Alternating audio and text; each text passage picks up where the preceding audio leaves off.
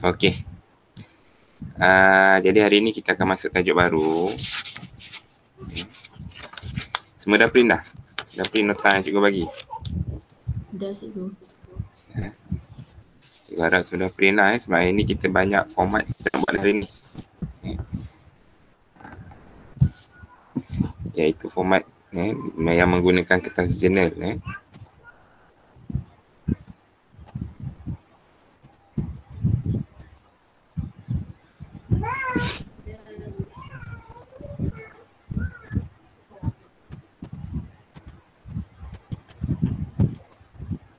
Okey.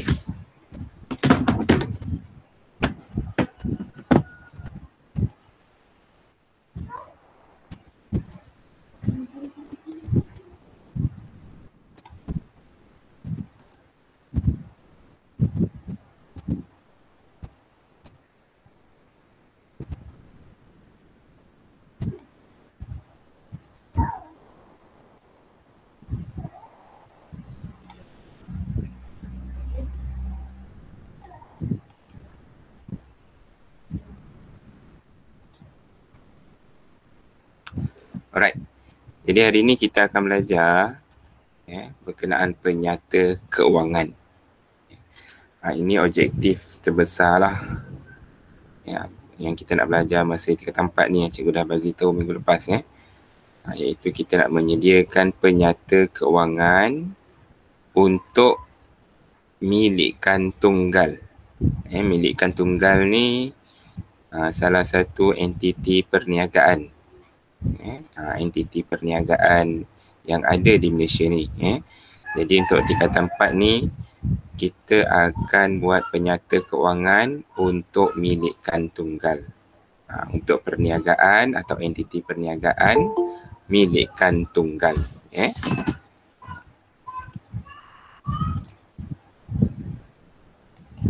Okey. Jadi kalau awak ingat semula kitaran perakaunan okey, jadi kita akan bermula dengan dokumen kalau cikgu ulang semula kitaran perakaunan, dokumen. Bermula dengan dokumen, kita dah belajar. Lepas tu kita pindahkan dokumen ke buku catatan pertama. Okey. Ini pun kita dah belajar bab 4. Iaitu ada jurnal am, jurnal khas, buku tunai runcit. Okey, kemudian daripada buku catatan pertama ni kita pindahkan ke ledger. Okey. So kat sini ada ledger am, ledger khas, kemudian ada akaun kawalan belum terima, akaun kawalan belum bayar. Ini dekat ledger.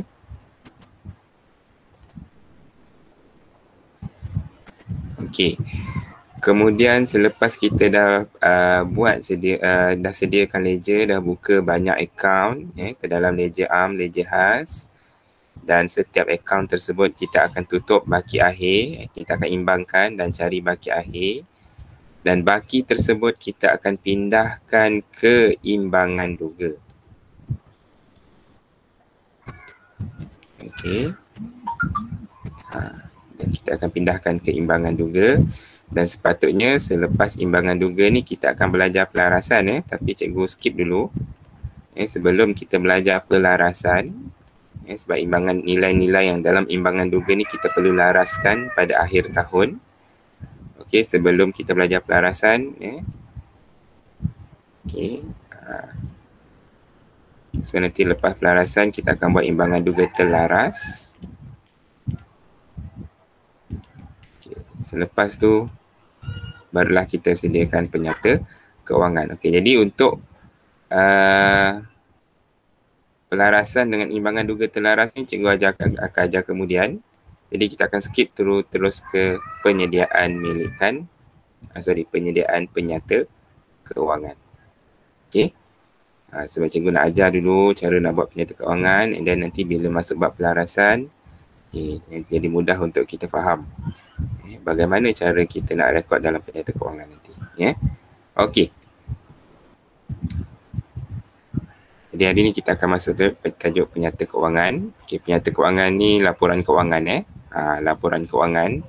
Biasa laporan keuangan ni syarikat akan sediakan pada, kalau ikut tempoh masa dia, syarikat keuangan penyata keuangan ni akan disediakan pada akhir tempoh perakaunan. Pada akhir tempoh perakaunan. Tak kisahlah tempoh perakaunan dia bila. Kalau misal kata syarikat tu tempoh perakaunan dia berakhir 6 bulan.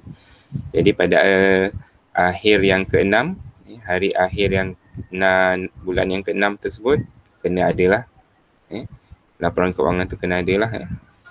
Kalau tempoh keuangan syarikat tu selama setahun, jadi pada akhir hari yang terakhir, iaitu pada bulan yang ke-12, laporan tersebut kena ada lah. Laporan keuangan. Yang mana yang ni accountant memang kena sediakan. Okay. Dan kita panggil sebagai penyata keuangan. Alright. Dan penyata keuangan ni ada dua. Satu, kita panggil sebagai penyata pendapatan. Okay, ni yang pertama. Yang kedua, kita panggil sebagai penyata kedudukan keuangan.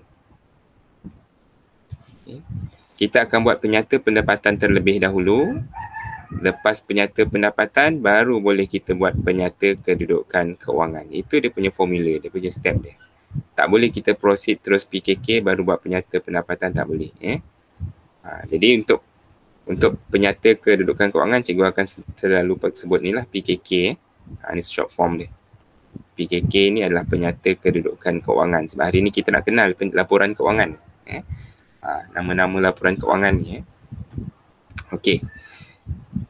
Dan untuk penyata pendapatan, nama lain bagi penyata pendapatan ni adalah akaun perdagangan dan untung rugi. Ataupun short form yang cikgu akan selalu panggil adalah APUR. Okey. Short form dia adalah APUR, akaun perdagangan dan untung rugi. Itu penyata pendapatan jugalah. Kalau ikut KXSM sekarang ni, soalan kebanyakan dia akan bagi tahu akaun perdagangan dan untung rugi.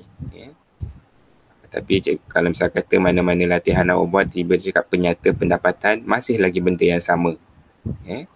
Cuma tukar nama je. Masih lagi benda yang sama. Okey. So apa fungsi akaun perdagangan untung rugi ni? Okay, apa fungsi penyata pendapatan ni?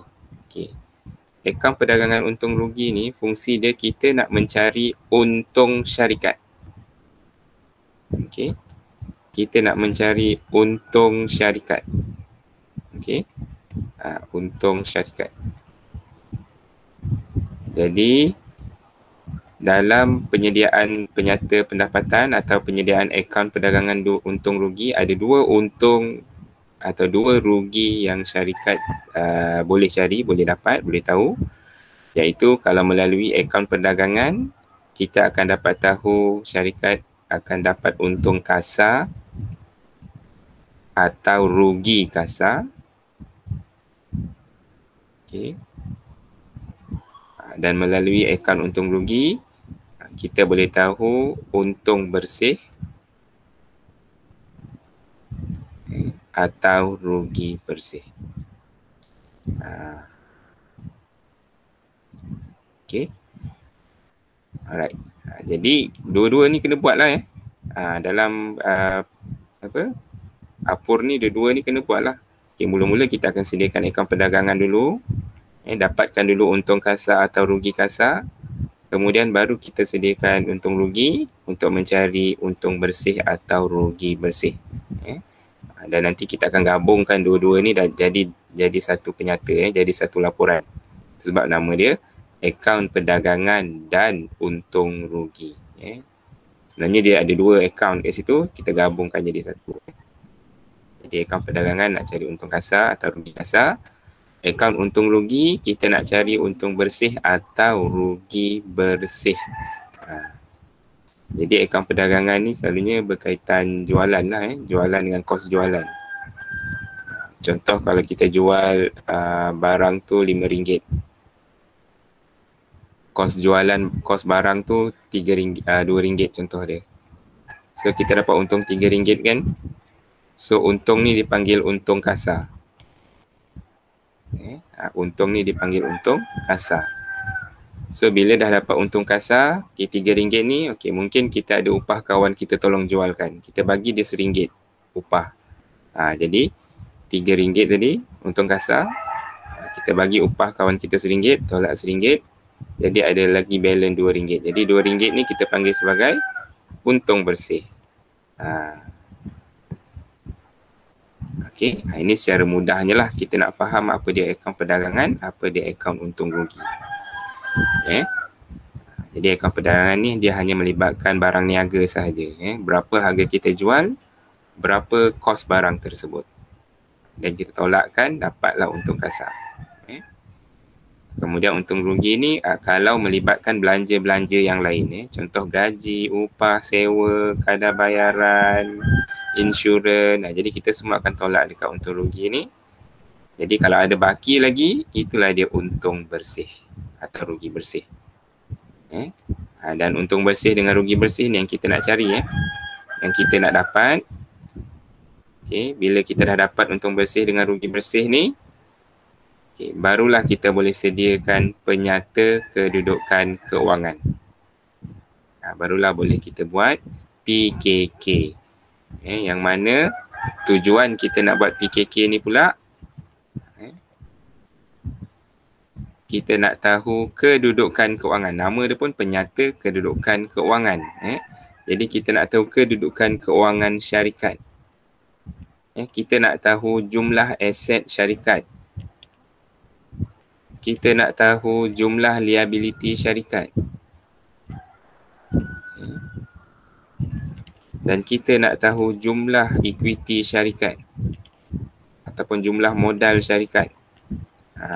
Itu dah nama dia penyata kedudukan keuangan. Jumlah hasil dengan belanja tak perlu dalam PKK ni, sebab jumlah hasil dengan belanja kita dah kira dalam akaun perdagangan dan untung rugi. Jadi untuk akaun perdagangan dan untung rugi ni, dia melibatkan komponen hasil dan belanja. Sebab bila kita dah dapat untung bersih tu, maknanya kita dah kira semua hasil dengan semua belanja. Okey. Boleh faham? Ada soalan? Boleh cikgu. Okay. Jadi dua penyata ni memang kita kena sediakan lah. Dua penyata ni memang kena sediakan setiap akhir tempoh perakaunan. Dan untuk peperiksaan, sebenarnya korang dah tahu dah apa benda yang nak buat. Ni soalan bocor lah kiranya.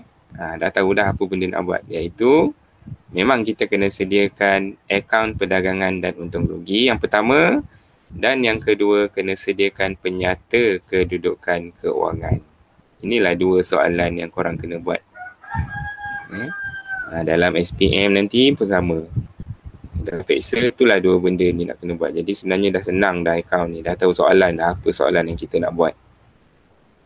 Kalau subjek lain kita tak tahu. Tapi akaun kita dah tahu dah apa yang kita nak buat. Cuma nanti dia bagi je syarikat apa. Syarikat apa. So nanti form 5 nanti kita akan belajar banyak lagi jenis perniagaan. Kita akan belajar perkongsian. Sama juga nanti bila kita belajar perkongsian masa form 5, kita akan sediakan penyata keuangan untuk perkongsian. Sama juga apa dengan PKK juga. Lepas tu nanti kita akan belajar kelab masa form 5 nanti. Bagaimana nak sediakan laporan keuangan kelab.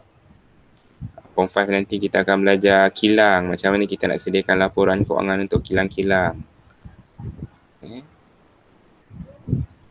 Syarikat berhad. Itu semua nanti masa form 5. Tapi benda yang sama juga dia nak. Iaitu akaun perdagangan dan untung rugi. Satu lagi penyata kedudukan keuangan. That's why cikgu harap apa yang cikgu ajar hari ni korang dengar betul-betul. Sebab benda ni memang akan korang apply masa form 5 nanti. Untuk form 4 ni satu perniagaan sahaja, iaitu milikkan tunggal sahaja. Kita akan buat penyata keuangan untuk milikkan tunggal sahaja. Okey. So, kita akan tengok dulu akaun perdagangan dan untung rugi. Alright. Jadi, bila kita nak sediakan laporan penyata keuangan, okey, biasanya format yang kita sediakan akan ada dua. Ada dua format yang boleh kita buat.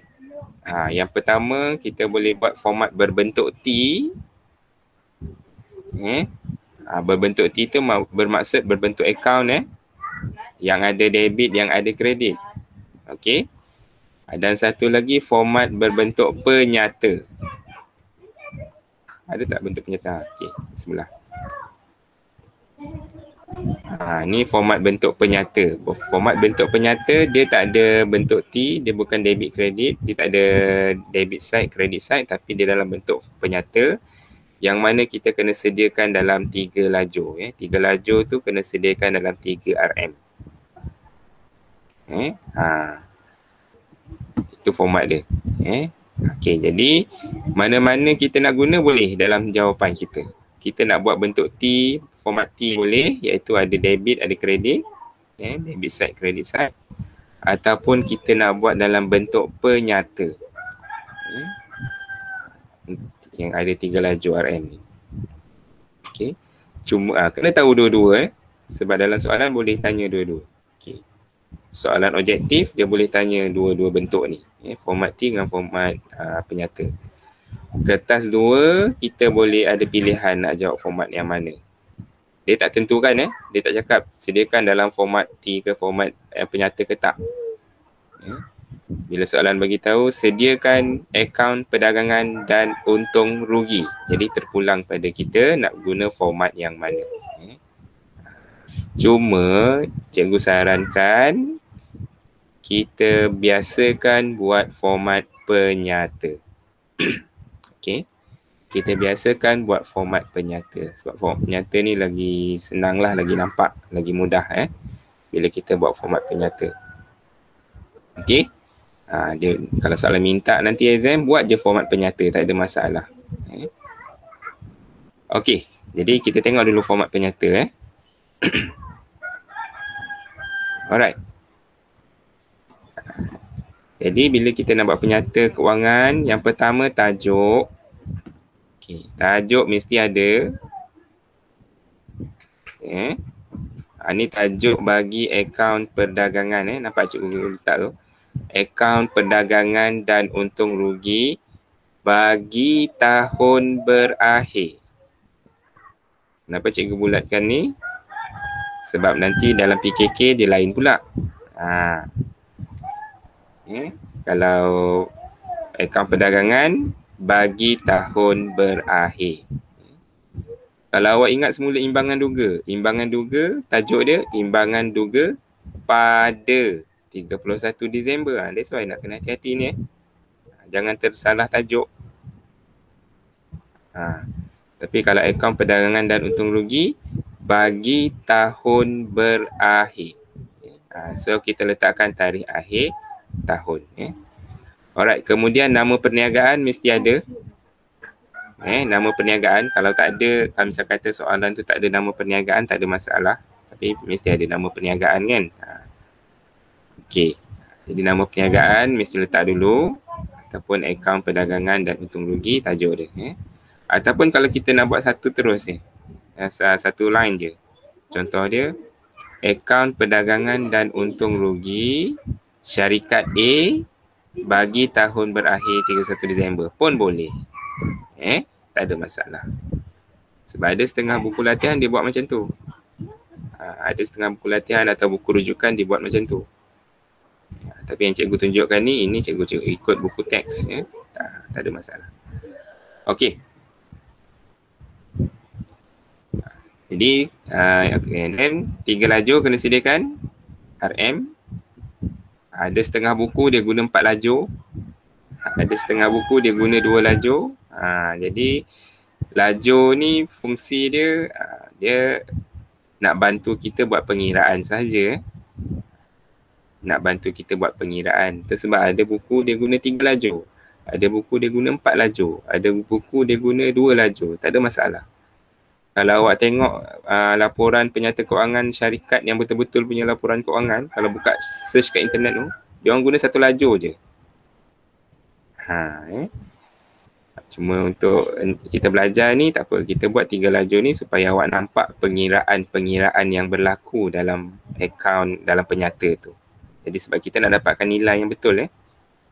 That's why fungsi lajur-lajur ni. Jangan besok nanti awak buat buku latihan ni 4 lajur, dah pening.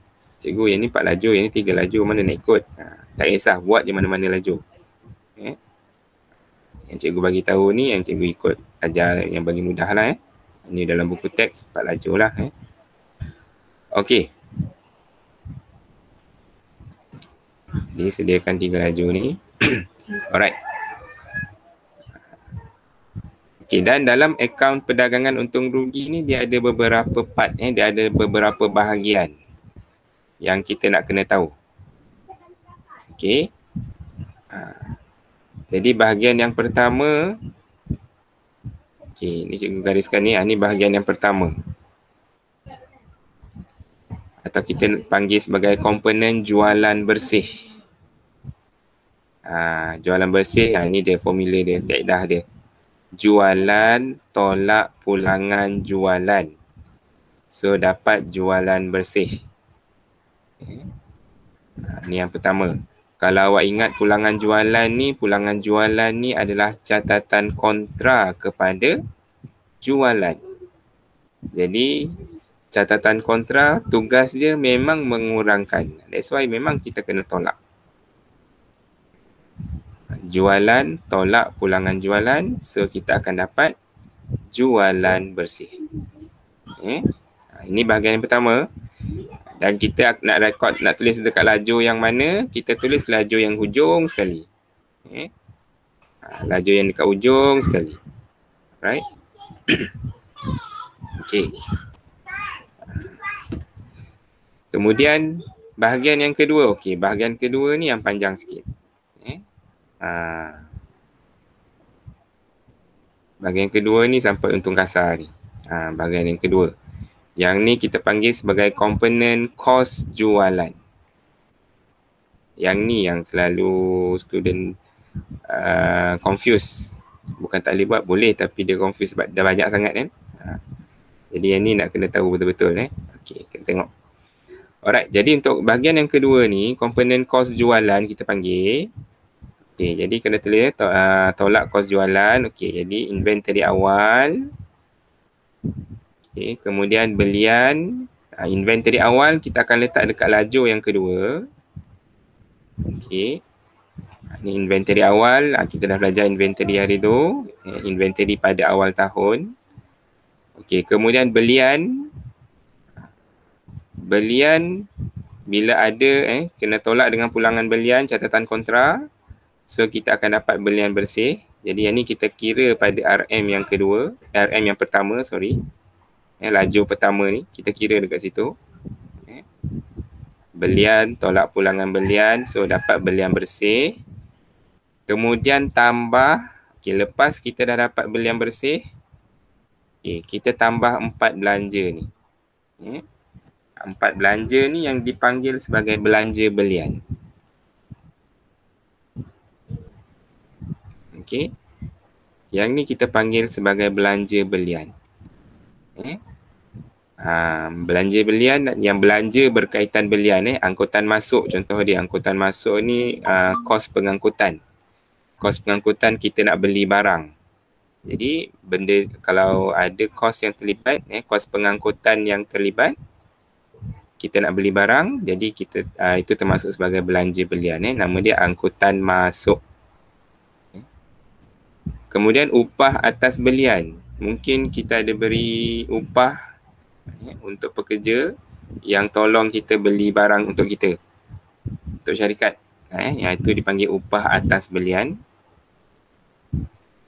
Okey, yang ketiga duty atas belian. Pernah dengar tak perkataan duty ni? Siapa pernah dengar duty? Pernah, Ibu. Apa dia duty? Apa import tadi tu? Import memang dia berkaitan import. Apa dia? Tax ke cikgu? Yes, cukai. Cukai barangan import. Cukai barangan import duty. Sebab barang import memang kita kena bayar cukai. Itu dipanggil duty. Kena tahu juga nama-nama dia, cukai import. Cikgu mati dah. Okey. Ataupun cukai atas belian. Itu dipanggil duty atas belian. Okey, dan yang keempat, insurans atas belian. Insurans atas belian. Maksudnya barang-barang, kemungkinan barang-barang yang kita beli itu barang-barang yang berharga dan kita takut dalam perjalanan barang-barang tersebut hilang. Ada jawab. Okay. Jadi kita bayar insurans terhadap barang tersebut. Itu dipanggil insurans atas belian. Ataupun cikgu panggil short form dekat sini untuk belanja belian. Kau ni Dam, aku dah cakap dia jauh, baik secure belakang dulu bodoh. Kenapa Mei? Panangnya dah. Mei? Okey. Jadi cikgu buat short form kat sini. Ingatlah kereta ni. Kereta Audi ni. Jadi itulah dia belanja belian. Angkutan masuk, upah atas belian, duty atas belian, ni duty import, ini insurans atas belian. So ingat kereta Audi, ingatlah belanja belian. Itu je. Okey, belanja belian ni memang ada 4 ni. Okey, then kita tambahkan semua, maka kita akan dapat belian bersih. Kita tambah dengan belanja belian yang 4 ni, maka kita akan dapat kos belian. Okay, kos belian kita akan letak di RM yang kedua. Jadi dah dapat kos belian, inventory awal tadi kita akan tambah dengan kos belian. So kita akan dapat kos barang untuk dijual. Lepas dah dapat kos barang untuk dijual, kita tolak inventory akhir, maka kita dapat kos jualan. Tengok sini banyak format Sini banyak format yang awak kena ingat. Okey, yang pertama, kita nak cari belian bersih. Sebab kadang-kadang soalan objektif dia boleh tanya kira belian bersih.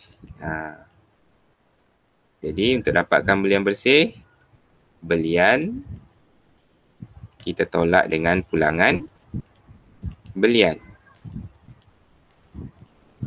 Belian tolak pulangan belian, kita dapat belian bersih. Okey, soalan kedua. Format yang kedua, kita nak cari kos belian. Soalan objektif kadang keluar ni. Okey, kira kos belian. Jadi formula dia adalah belian bersih. Belian bersih yang kita dah dapat tadi.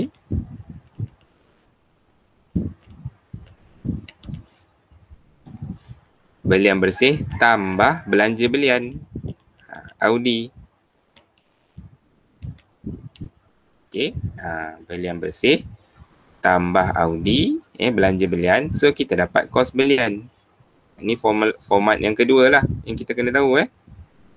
Okey, yang ketiga, kita nak cari kos barang untuk dijual.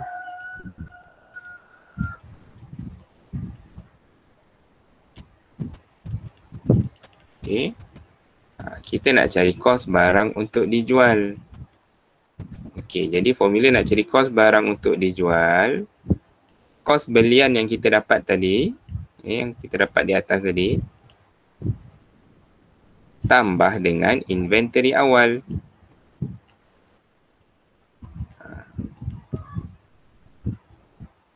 Right?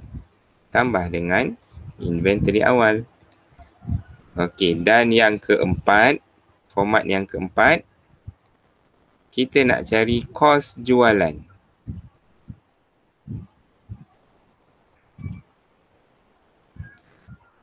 Okey, kos jualan, kos barang untuk dijual, kita kena tolak dengan inventory akhir. Tengok. Sebab cikgu cakap kat sini selalu student berlaku masalah. Sini yang memang kawasan complicated di kawasan ni lah. Akaun perdagangan untung rugi ni kawasan yang complicated dekat sini lah. Banyak formula kita nak ingat. Lepas tu nanti nak tahu kedudukan dia kat mana. Okey. Lajur yang mana? Lajur pertama ke lajur kedua ke? Alright. Ni formula keempat, kos jualan, kos barang untuk dijual, tolak inventory akhir. Dan yang kelima, ada 5 rupanya. Kita nak cari untung kasar atau rugi kasar. Ini depend pada jawapan. Boleh jadi kita dapat untung kasar, boleh jadi kita dapat rugi kasar. Jadi jualan tolak dengan kos jualan. Jualan kita tolak dengan kos jualan. Jualan atau jualan bersih jualan atau jualan bersih lah. Kenapa cikgu cakap atau? Jualan bersih ni kalau ada pulangan jualan. Kalau pulangan jualan tak ada, hanya jualan sahaja. Jadi ada 5 formula kita kena ingat dalam part yang kedua ni. Dan formula-formula ni sentiasa berubah. Berubah sebab apa? Sebab kemungkinan ada situasi, contoh cikgu bagi tahu, ada situasi pulangan belian tak ada. Yang cikgu highlight ni, benda ni boleh ada, boleh tak ada. Kejap. Pulangan belian. Jadi kalau pulangan belian tak ada, jadi belian bersih tak perlu cari. Cukup sekadar belian saja. Okey. Kemudian Audi 4 belanja ni pun boleh jadi tak ada. Okey. Jadi kalau tak ada, tak perlu tambah lah. Jadi kita tak akan dapat kos belian. Sebab belanja belian tak ada. Kos belian tu hanya dapat sekiranya ada belanja belian. Kalau tak ada belanja belian, so kita takkan ada butir kos belian. Kita tak boleh dapat kos belian. Okey. Jadi yang ni, dua-dua yang cikgu highlight warna hijau ni, ini depend pada soalan. Depend pada soalan. Okey. Itu sebab cikgu bagi star kat belian bersih ni. Cikgu bagi star dekat belian bersih ni. Jadi sebab belian bersih ni, kalau ada pulangan belian, baru ada belian bersih. Okay, kos belian ni pun cikgu bagi star juga. Sebab apa? Kalau ada belanja belian, maka adalah kos belian. Cuma kos barang untuk dijual, okey, yang ni memang ada. Ni memang akan dapat. Sebab apa? Apa-apa nilai yang kita tambahkan dengan inventory awal, kita akan dapat kos barang untuk dijual. Kita akan dapat kos barang untuk dijual. Okey. Boleh tak ni?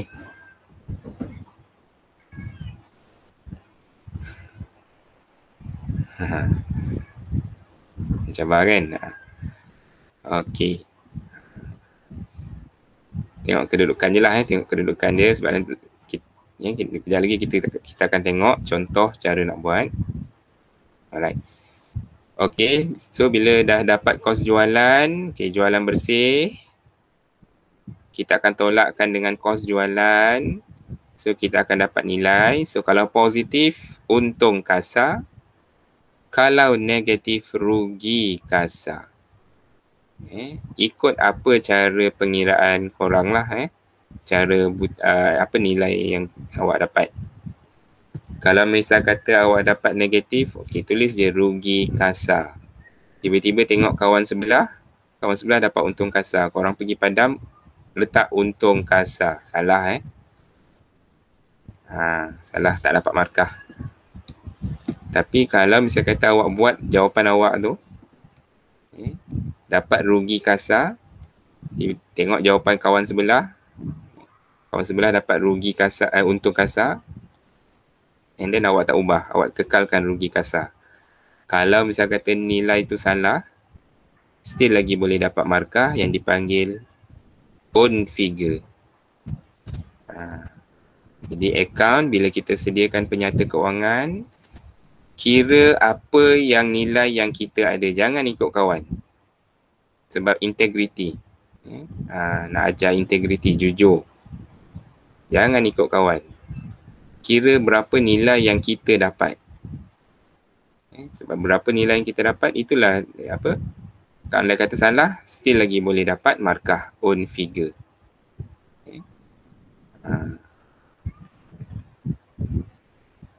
Okey.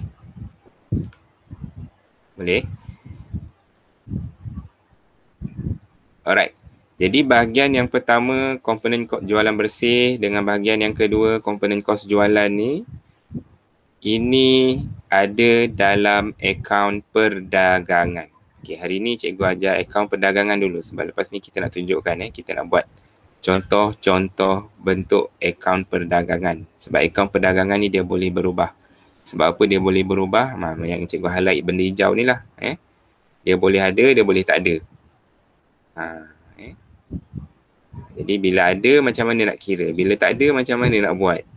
Itulah sebab cikgu nak tunjukkan contoh satu per satu. Bagi awak nampak. Okey.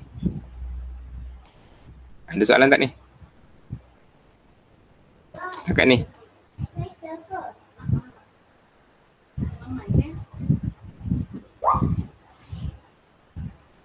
Okey, kalau bentuk T,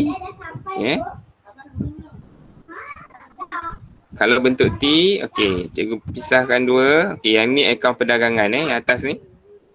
Yang atas ni adalah untuk akaun perdagangan. Okey. Jadi di bahagian kredit hanya jualan dengan pulangan jualan. Kena tahu sebab objektif. Bahagian kredit hanya jualan dengan pulangan jualan. Okey, yang lain komponen kos jualan yang tadi semua kita akan rekod di sebelah debit. Senang je nak ingat. Hanya jualan dengan pulangan jualan sahaja di sebelah kredit. Komponen lain ataupun item-item lain, butir-butir lain, semua kita rekod di sebelah debit. Yang tadi cikgu explain tadi. Itu kalau format bentuk T. Okey. Jom kita tengok contoh. Sebab bila ada contoh baru boleh ada soalan kan. Kalau tak buat contoh kan tak tahu nak buat. Alright. Dan contoh ni pun cikgu bagi maklumat yang ada hanya maklumat untuk akaun perdagangan sahaja. Okey, kita tengok contoh satu. Okey, contoh satu biasanya kita dapatkan maklumat ni daripada imbangan duga. Okey, yang ni biasanya kita ambil daripada imbangan duga. Okey, ataupun daripada maklumat kewangan lah. Okey, jadi kita tengok sini inventory pada 1 April. Ni inventory apa?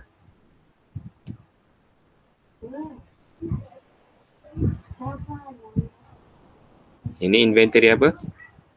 Inventory awal. Yes, awal. Sebab tarikh awal 1 April. Jangan tengok tahun. Kalau awak tengok tahun nanti jangan tengok bulan, jangan tengok bulan. Tengok hari bulan 1 dengan tahun. Jadi ini inventory awal. Okey, kemudian ada belian, ada jualan. Alright. Kemudian pulangan jualan pun ada. Pulangan belian pun ada. Okey. Angkutan masuk. Okey, ini Audi, belanja belian ada. Duty import, belanja belian pun ada. Okey, belanja belian ni kadang-kadang tak semua ada kalau ada salah satu maksudnya kira ada lah tu. Kalau ada 4-4 kenalah masukkan 4-4. Kalau ada 2 saja masuk, kalau 2 saja kira 2 saja. Okay, so ada 2 sahaja belanja belian kat sini iaitu angkutan masuk dengan duty import. Okay, and then inventory pada 31 Mac, yang ni inventory akhir sebab 31 hari bulan. Alright. Jadi maksudnya contoh satu ni semua ada. Cikgu letak kat sini semua ada bagi awak ingat nanti nak buat ulang kaji. Okay. Contoh satu ni semua putih ada. Okay. Jadi kalau semua putih ada, kita akan buat seperti yang contoh cikgu explain tadi lah. Okey, jadi kita letakkan tajuk terlebih dahulu.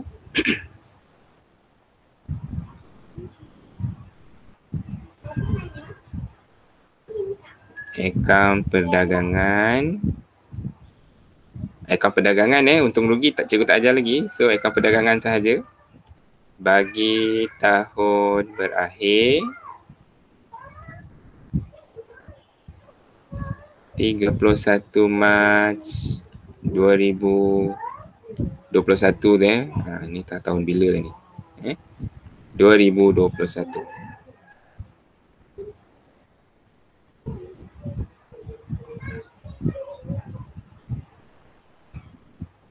Dan nanti kalau dalam exam nanti cuba jawab dalam kertas journal.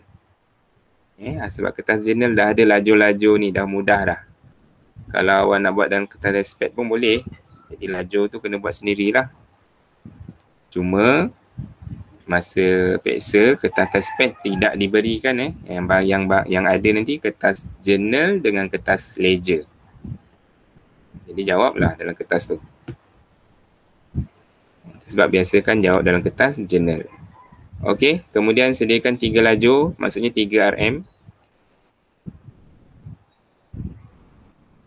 Okey. Jadi dah ada 3 RM. Okay, kita mulakan dengan bahagian yang pertama, part yang pertama iaitu jualan bersih. So kita letakkan jualan. Okay, kita ambil nilai jualan 151049 ni.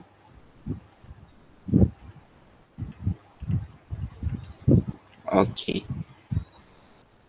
Kemudian pulangan jualan ada. Okey. Pulangan jualan ada. Jadi bila ada pulangan jualan, kita kena tolakkan.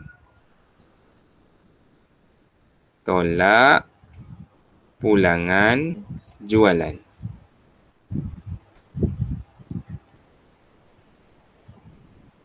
Okey. 5, 8, 7. Okay. Right.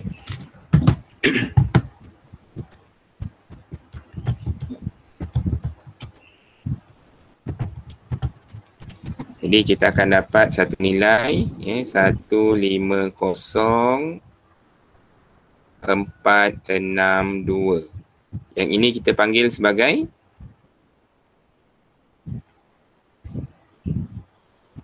jualan bersih. Yes. Ni kena ingat Bila ada pulangan jualan, maksudnya nilai yang kita dapat tu nanti nama dia jualan bersih. Kalau tak ada pulangan jualan, tak perlu cari jualan bersih. Sama macam belian tadi. Kalau pulangan jualan tak ada, kita tak perlu cari jualan bersih. Cukup sekadar jualan sahaja. Okey, selesai part yang pertama. Next, kita teruskan part yang kedua. Tolak kos jualan. Okey, part kedua ni nak kena hati-hatilah.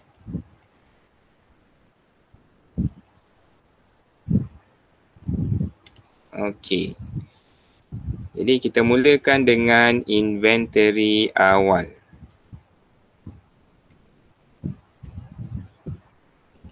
Okey, kita mulakan dengan inventory awal.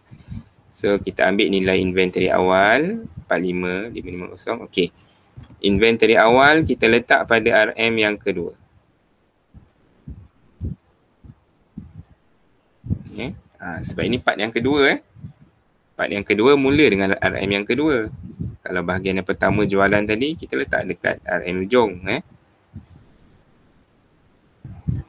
Okey.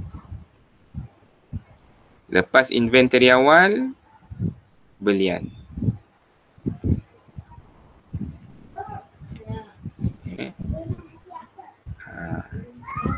Okey, belian pula kita akan letak dekat RM yang pertama.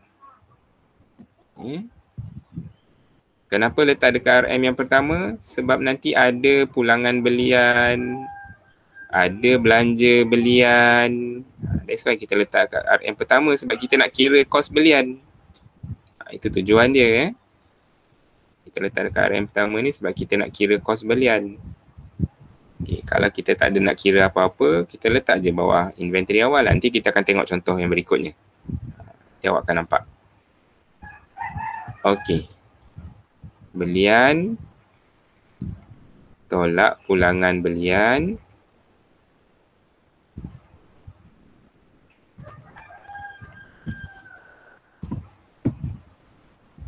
Pulangan belian 656. Okey.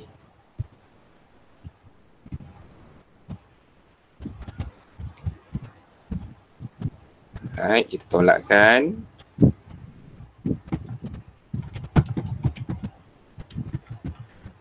So kita akan dapat 70439. Okay, yang ni kita panggil sebagai belian bersih. Sebab ada pulangan belian. Kalau pulangan belian tak ada, sama macam jualan tadi lah. Kalau pulangan belian tak ada, kita tak perlu cari belian bersih. Cukup belian sahaja. Dan ini dua-dua catatan kontra yang ada dalam akaun perdagangan. Dua ni sahaja. Kalau soalan tanya, sebutkan catatan kontra yang ada dalam akaun perdagangan dan untung rugi. Inilah dua jawapan dia.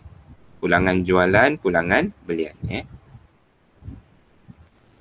Okey. Dan selepas kita kena tambahkan dengan belanja belian. Belanja belian ada 4 tadi, Audi. So kita kena tengok apa yang ada lah. Jadi untuk soalan ni ada 2, iaitu angkutan masuk. Jadi kita tambah angkutan masuk.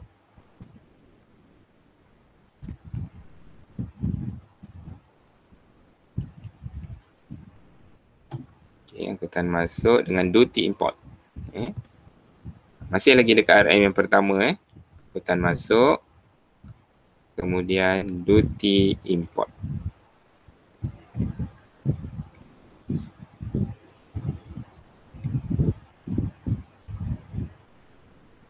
Okay, jadi tambahkan.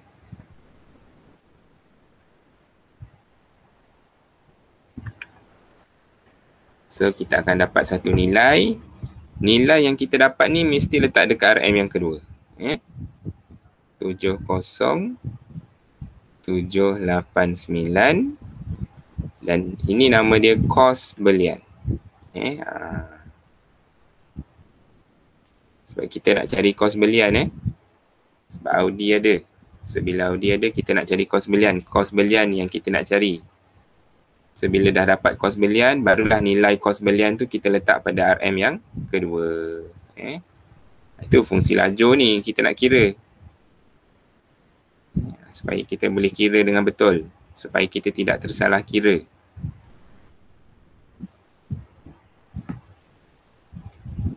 Alright. So bila dah dapat kos belian, seterusnya inventory awal. Kita kena tambahkan dengan kos belian. Kena tambahkan.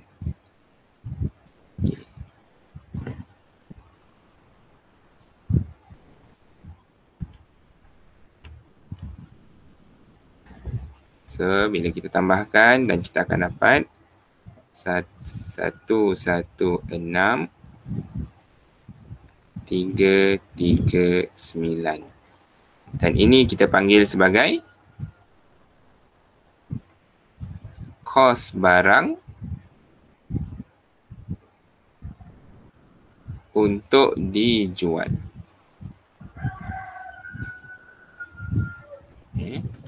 Itu nama dia kos barang untuk dijual. Macam cikgu cakap tadi lah.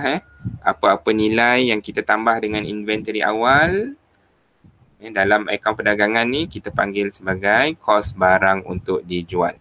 Nama-nama kos ni kena ingat lah. Kena butir-butir ni kena betul dalam buat penyata kewangan ni. Okey. Dan bila kita dah dapat kos barang untuk dijual, kita akan tolak dengan inventory akhir.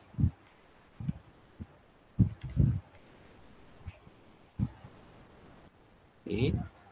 Kita akan tolakkan dengan inventory akhir. So inventory akhir kita dalam syarat soalan ialah 232210.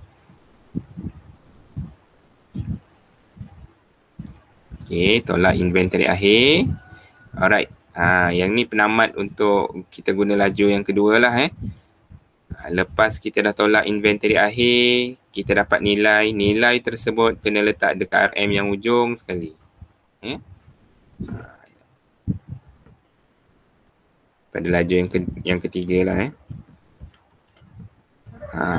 So dapat 84129. So letak kat hujung. Okay. So macam tadi lah. Bila dapat kos belian letak dekat RM yang kedua. Ini pun sama juga. Bila lepas kita dah tolak inventory akhir, nilai tu mesti letak dekat RM yang hujung sekali. Dan ini apa nama dia? 84129 ni nama dia apa? Kos jualan. Yes. Sebab apa-apa yang kita tolak dengan inventory akhir, kos barang untuk dijual, tolak inventory akhir, kita akan dapat kos jualan.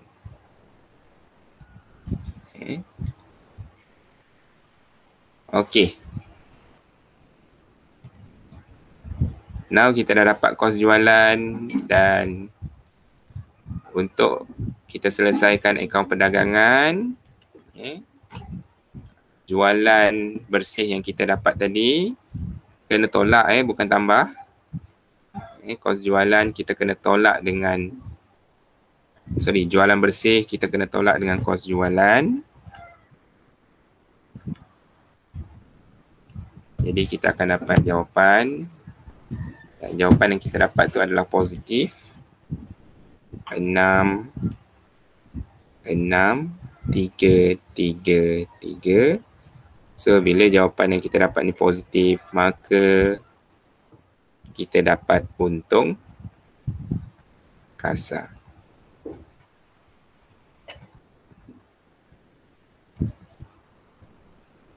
Okey. Nampak?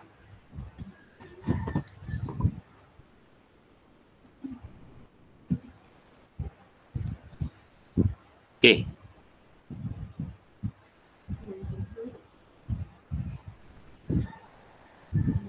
Boleh?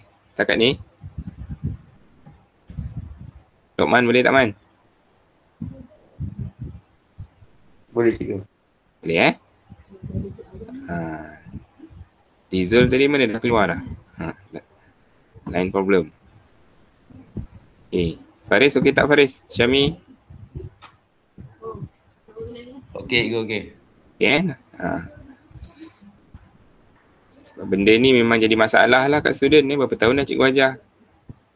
Bila dapat akaun perdagangan ni memang masalah Lupa nak letak mana kat mana. Tapi yang lain tak ada masalah. Senang. Bila masuk untung rugi, PKK, itu tak senang. Dia empat yang ni je. Sebab banyak sikit nak kira. Banyak kira, banyak nama. Jadi nama-nama ni kalau awak nak ingat, buatlah formula sendiri. Ambil lah short form depan-depan ni. Tu buatlah lagu. Korang ni pandai buat lagu kan. Ambil lah J, P, J, B. Buatlah lagu. I, A, B. Ambil short form awal tu buat lagu. Buat ayat. Budak sekarang ni macam-macam kan. Yang penting ingat formula. Tu je. Alright. Kita tengok contoh yang kedua.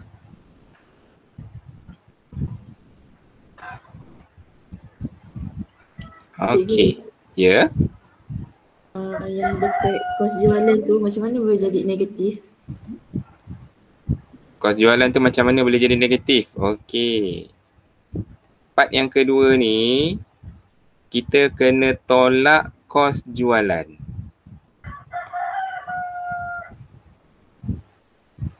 Nampak tak Nah? Kita kena tolak kos jualan. Jadi nilai kos jualan yang kita dapat nanti, kena tolakkanlah dengan jualan bersih. Sebab jualan bersih, kena tolak dengan kos jualan, dapat untung kasar. Jadi nak dapatkan kos jualan tu sebab kena buat semua, kira semua ni. Tu sebab kena kira semua ni. So bila dah dapat kos jualan, so kena tolak lah.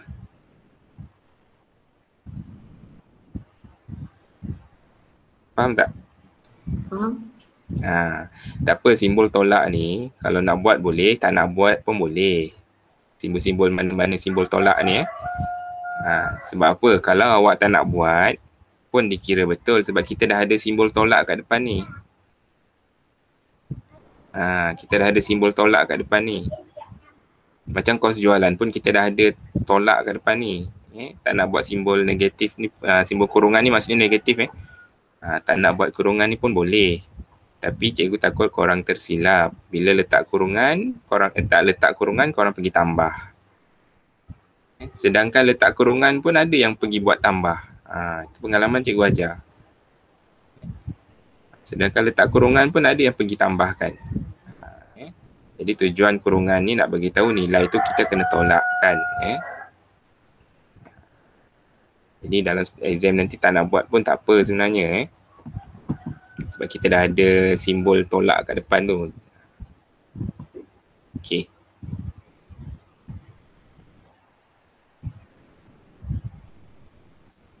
Alright. Kita masuk contoh yang kedua.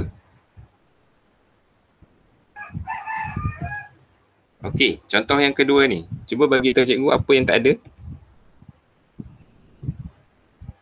Inventory awal. Ada ni. Inventory awal ada. Inventory awal tak boleh tak ada mesti ada. Inventory awal ni tak ada kalau syarikat tu memulakan perniagaan. Kalau syarikat tu baru berniaga atau memulakan perniagaan, okey, baru betul inventory awal ni tak ada. Memang pernah ada keluar soalan macam tu syarikat tu baru berniaga. Jadi inventory awal memang kosong lah tu je. So sekarang inventory awal ada. Apa yang tak ada? Pulangan jualan. Yes. Contoh yang kedua ni pulangan jualan tak ada.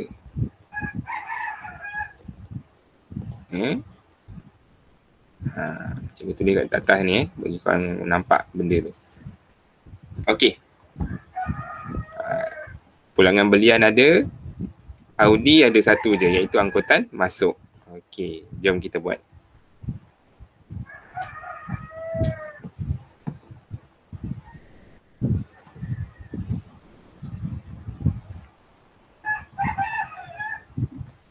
Akaun perdagangan. Tajuk bagi tahun berakhir.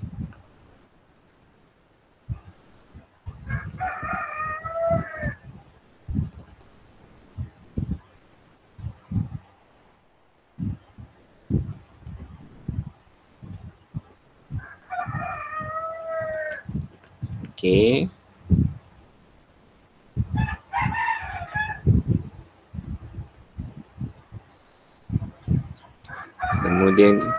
Kemudian letakkan 3RM.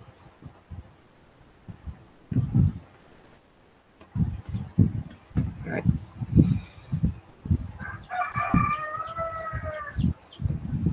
Okey. So macam biasa mulakan dengan jualan. Memang mulakan dengan jualan. Jadi jualan je nilai yang sama juga.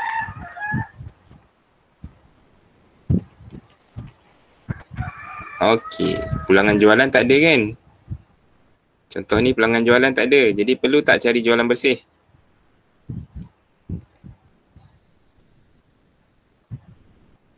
Tak perlu jadi tak perlu cari jualan bersih sebab kita tak ada pulangan jualan. Cukup jualan saja. Terus kita sambung bahagian yang kedua. Tolak kos jualan. Jangan tak payahlah menangis nak cari jualan bersih. Tak pun tak payahlah tulis 2 kali jualan. Okey, then tulis juga jualan bersih. Nilai yang sama. Tak perlu. Membazir je. Okey, jadi kita terus mulakan dengan part yang kedua. Tolak kos jualan. Jadi macam biasa Untuk part yang kedua ni, kos jualan, kita mulakan dengan inventory awal.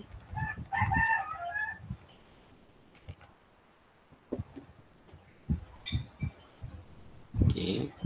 Inventory awal letak dekat lajur pertama, lajur kedua, sorry. 45550. Kemudian belian. Okay. Disebabkan pulangan belian ada, Audi pun ada, jadi kita letak nilai belian pada RM yang pertama. Okay, 71095. Okay, kita tolakkan dengan pulangan belian.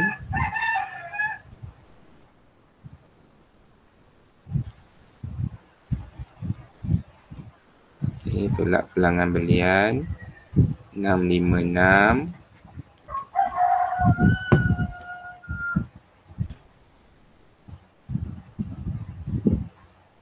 Okay, jadi kita akan dapat belian bersih.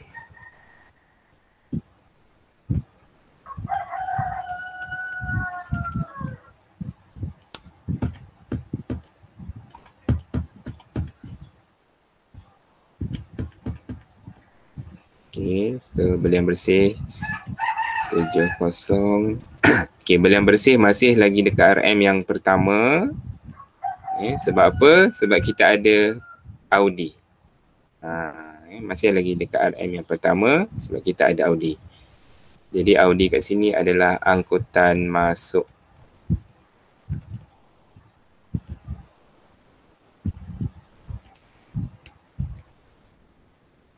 Okay. Angkutan masuk 200. Okay, so bila tambah Audi baru kita akan dapat kos belian. Okay, jadi kos belian baru kita pindahkan ke RM yang kedua. Iaitu 70639. Okay. Kemudian 70 kos belian kita tambahkan dengan inventory awal 116189 dan ini kita panggil sebagai kos barang untuk dijual.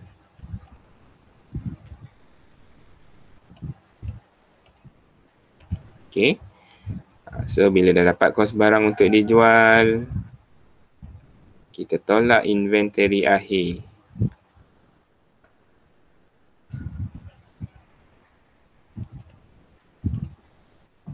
Okay, so inventory akhir 32210.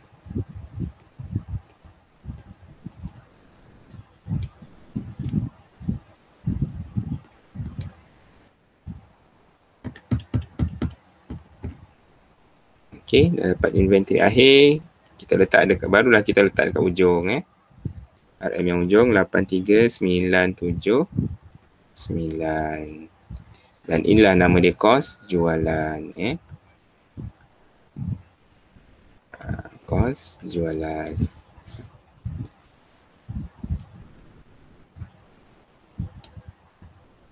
Okey, kemudian jualan kita tolakkan dengan kos jualan. Okey, cuba letak kurungan.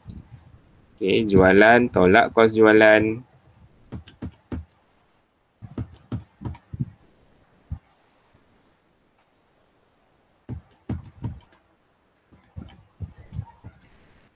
Jadi kita akan dapat 67070 dan ini adalah untung kasar sebab positif.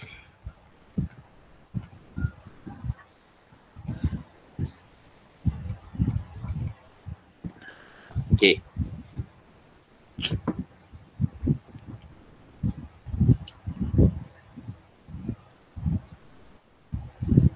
Alright. Boleh cikgu teruskan?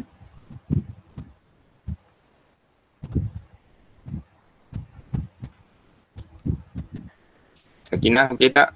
Cara nak buat ni?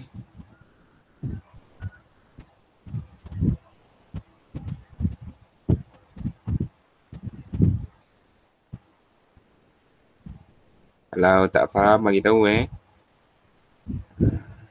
Jangan senyap je. Okey, kita teruskan dengan contoh yang ketiga.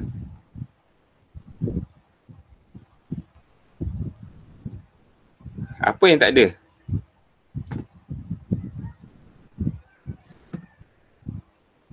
Audi juga. Contoh ketiga ni Audi tak ada. Iaitu belanja belian tak ada. Angkutan masuk tak ada, upah atas belian tak ada, duty import tak ada, insurans atas belian pun tak ada. Okay. Kalau tak ada, macam mana pula kita nak buat? Alright. Okay. So kat sini ada pulangan jualan, pulangan belian. Ada pulangan. Dia macam biasalah, tajuk.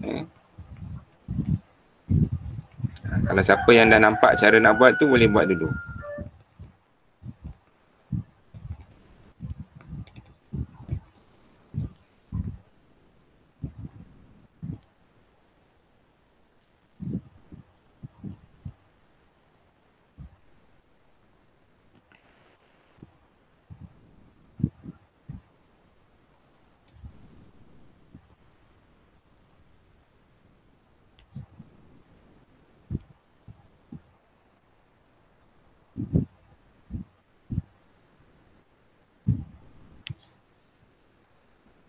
Okey, jadi kita masih lagi mulakan dengan jualan. Right. Dan ada pulangan jualan, so kena tolak pulangan jualan.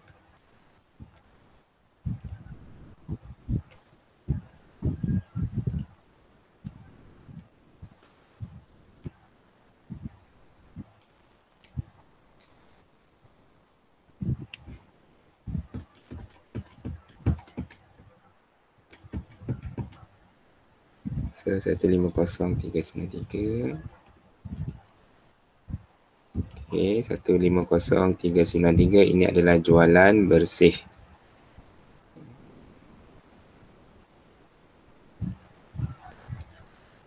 Okey, kemudian tolak kos jualan.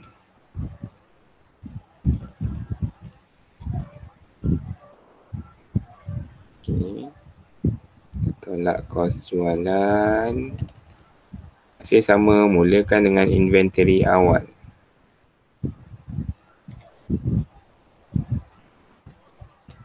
Okey. Inventory awal masih lagi dekat RM yang kedua.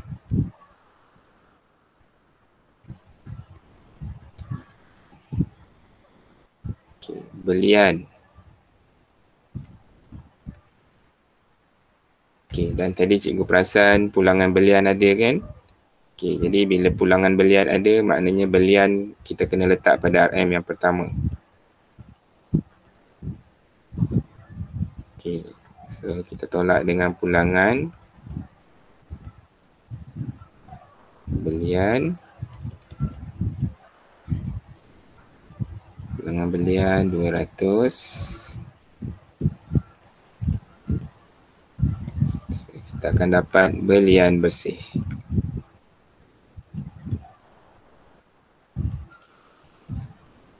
Okey, sekarang ni Audi tak ada. Audi tak ada. Jadi bila kita dah dapat belian bersih, kita dah dapat belian bersih, dia disebabkan Audi tak ada, jadi belian bersih kita terus letak dekat RM yang kedua. 70895. Tak perlulah kita letak dekat RM pertama sebab kita tak ada nak tambah apa-apa dah. Sebab Audi tak ada. Audi tak ada. Jadi kita terus letak belian bersih tu dekat RM yang kedua. Kemudian inventory awal kita tambahkan dengan belian bersih. Bukan kos belian tapi belian bersih. Kos belian tu kalau ada Audi. Okay.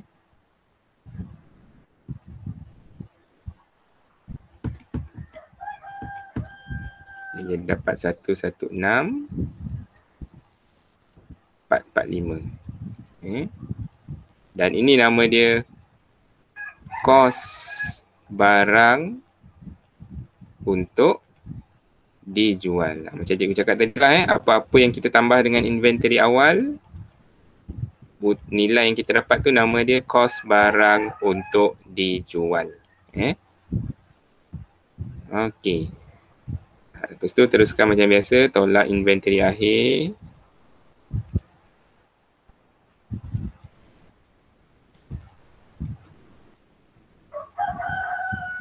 Okey, inventory akhir 32210.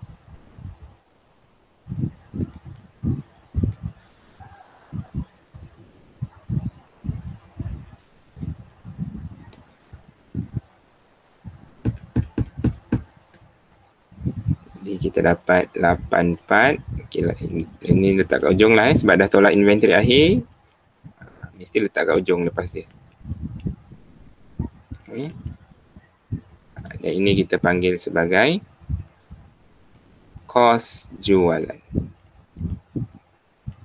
Okey. So bila dah dapat kos jualan, kita tolakkan. Jadi kita akan dapat untung kasar 66,158.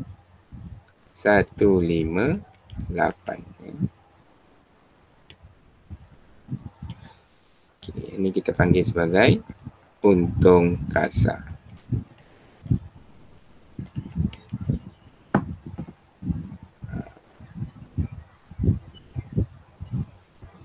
Okey.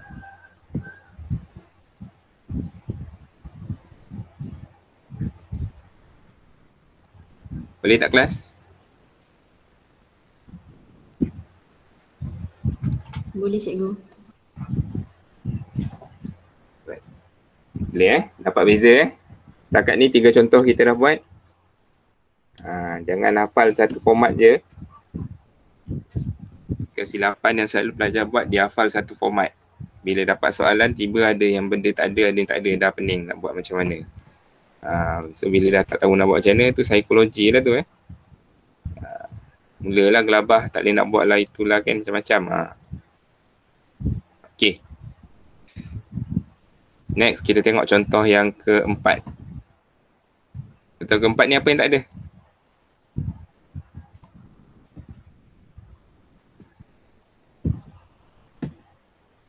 Pulangan belian dengan pulangan jualan. Dua-dua pulangan tak ada. Pulangan tak ada. Dua-dua pulangan tu tiada. Okey. Tapi ada Audi kat sini, iaitu insurans atas belian. Alright. Jom kita buat.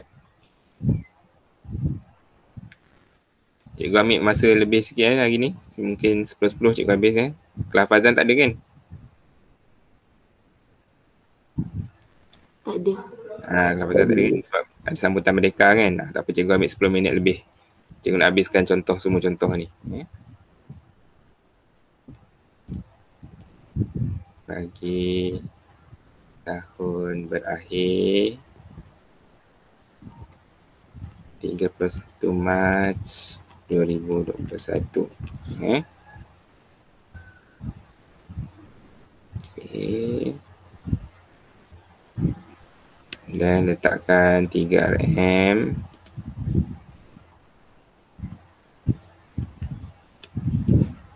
Okay. So macam biasa, jualan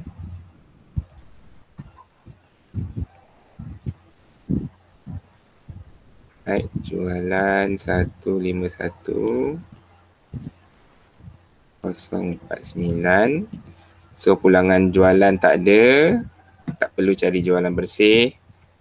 Kita tolak dengan kos jualan.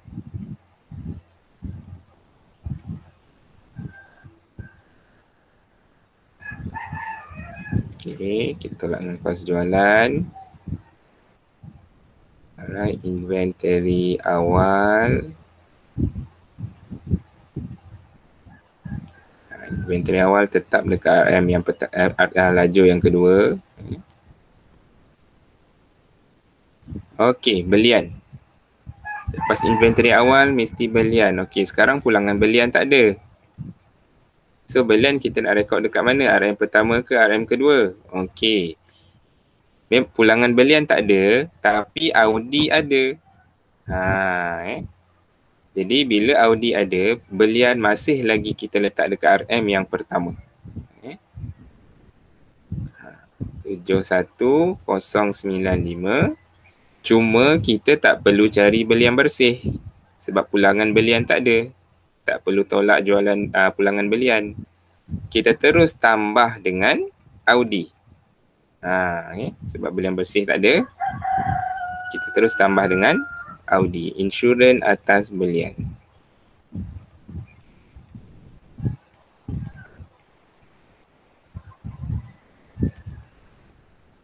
Okey. 656.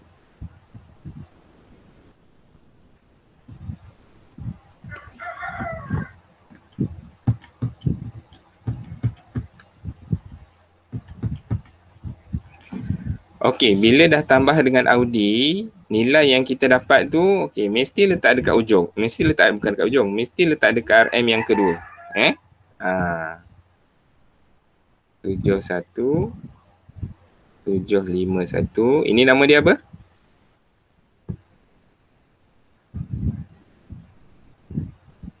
Kos belian. Yes, kos belian. Bukan belian bersih, tapi nama dia kos belian. Sebab apa? Sebab kita tambah dengan Audi. So bila tambah, memang jadi kos belian. Okay, kos belian kita letak dekat ujung. Dekat RM yang kedua. Jadi, and then kita tambah dengan inventory awal.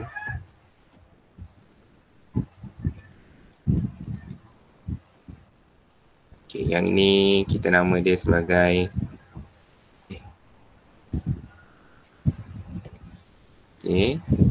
kos barang untuk dijual. Sebab kita dah tambah dengan inventory awal. So nama dia kos barang untuk dijual.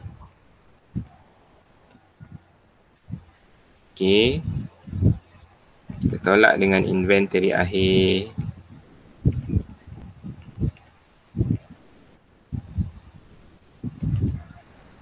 So inventory akhir.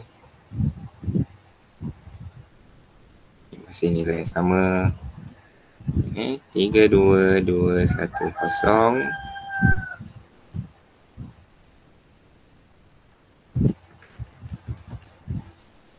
Jadi kita dapat 85091. Kita letak dekat ujung sebab dah tolak inventory akhir. Ini adalah kos jualan. Ingat je, tolak je inventory akhir, nilai tu letak kat ujung terus.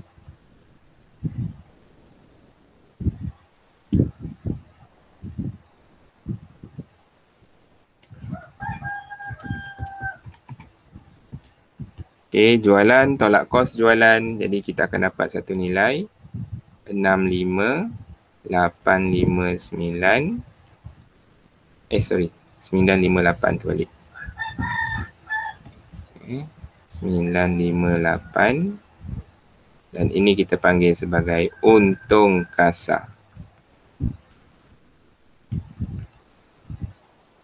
Okey. Ini kita panggil sebagai untung kasar.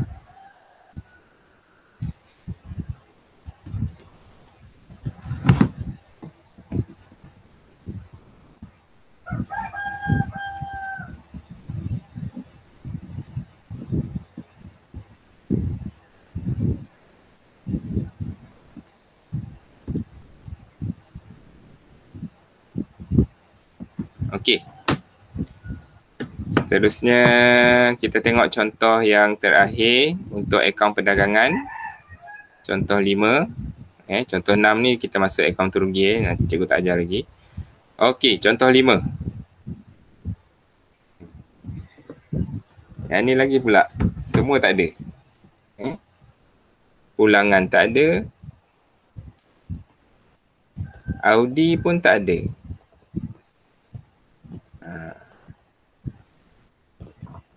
So dia ada 4 item basic ni, 4 butir yang basic ni. Ni 4 butir yang basic Inventory awal, belian, jualan, inventory akhir.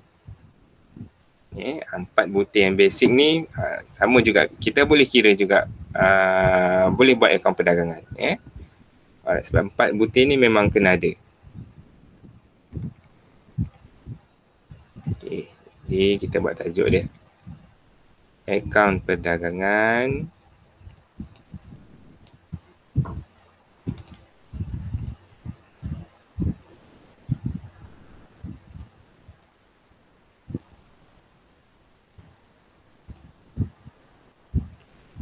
Semua okey, tak ada yang tertinggal. Okey.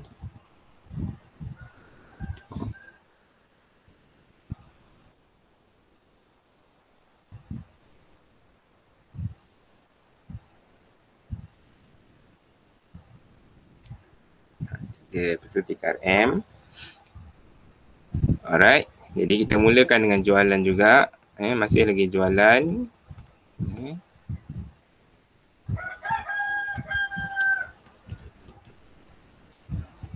Okey, pulangan jualan tak ada. Jadi kita terus tolak dengan, kita terus tulis tolak kos jualan.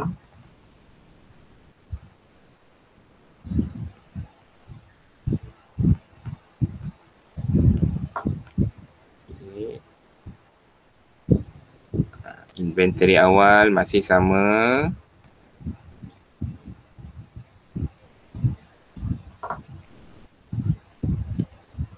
Masih lagi letak dekat RM yang kedua, 4550. Okey, belian. Yang ni nak kena hati-hati ni. Okay, sekarang ni pulangan belian tak ada. Audi pun tak ada. Jadi bila kedua-dua tu tak ada, maka nilai belian jangan letak dekat RM yang pertama sebab kita dah tak ada benda kita nak tolak, tak ada benda yang kita nak tambahkan untuk belian. Maka nilai belian ni kita terus letak dekat RM yang kedua ni, di bawah inventory awal ni. Faham tak? Faham. Sebab pulangan tak ada, benda yang kita nak tolakkan tak ada, benda yang kita nak tambahkan pun tak ada. Jadi tak perlu kita letak dekat RM yang pertama. Kita terus letak di bawah RM yang kedua. So kita tambahkanlah.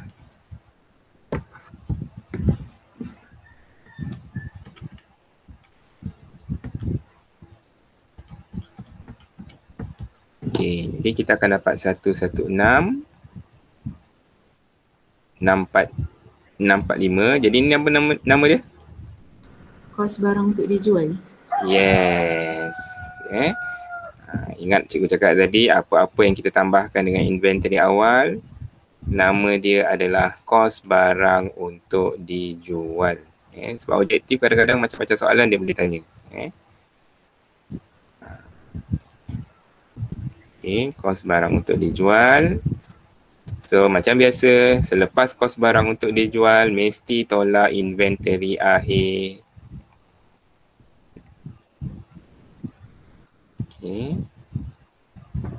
Tolakkan inventory akhir.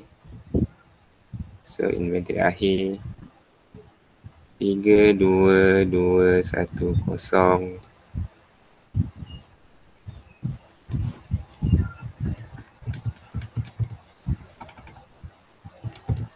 Okey, dah dapat inventory akhir, dah tolak inventory akhir. Nilai tersebut kita letak pada RM yang ketiga. Selepas inventory akhir, mesti nilai itu dekat ujung. 84435. Dan ini adalah kos jualan. Tengok, still lagi boleh kira untung kasar atau rugi kasar. Walaupun ada 4 basic tu saja.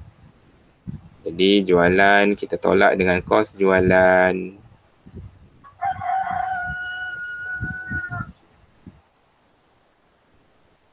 Okay.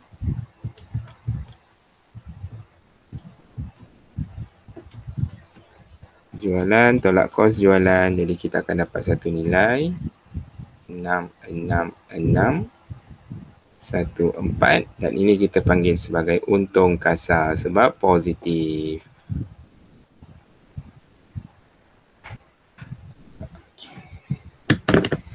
Okey, selesai. Selesai akaun perdagangan.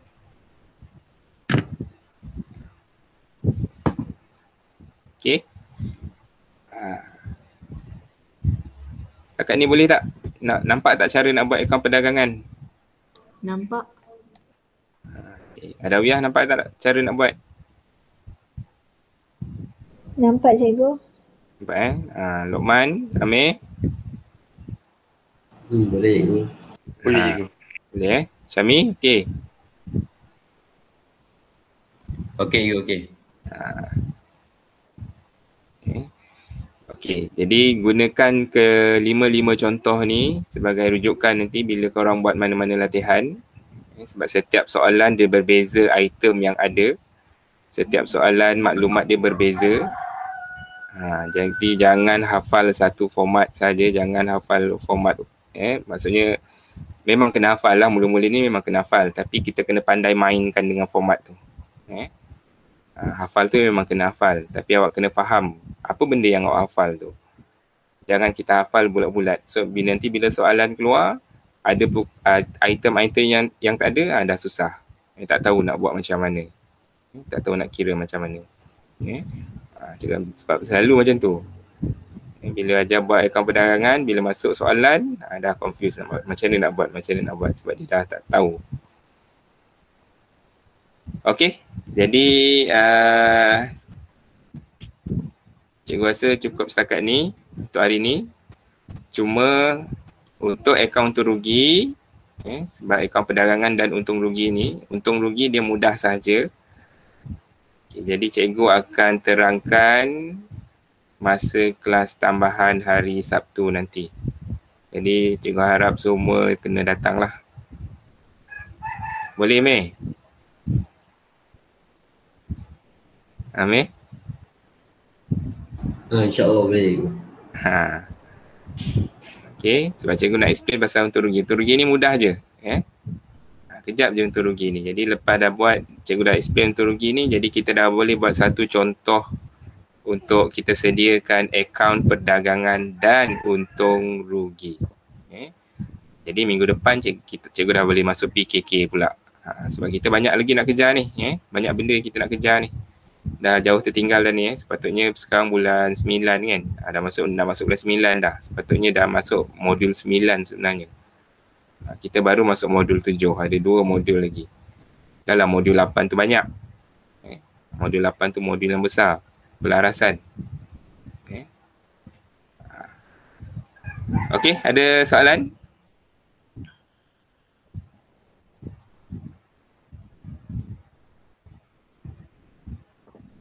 Ada soalan nak tanya apa-apa soalan?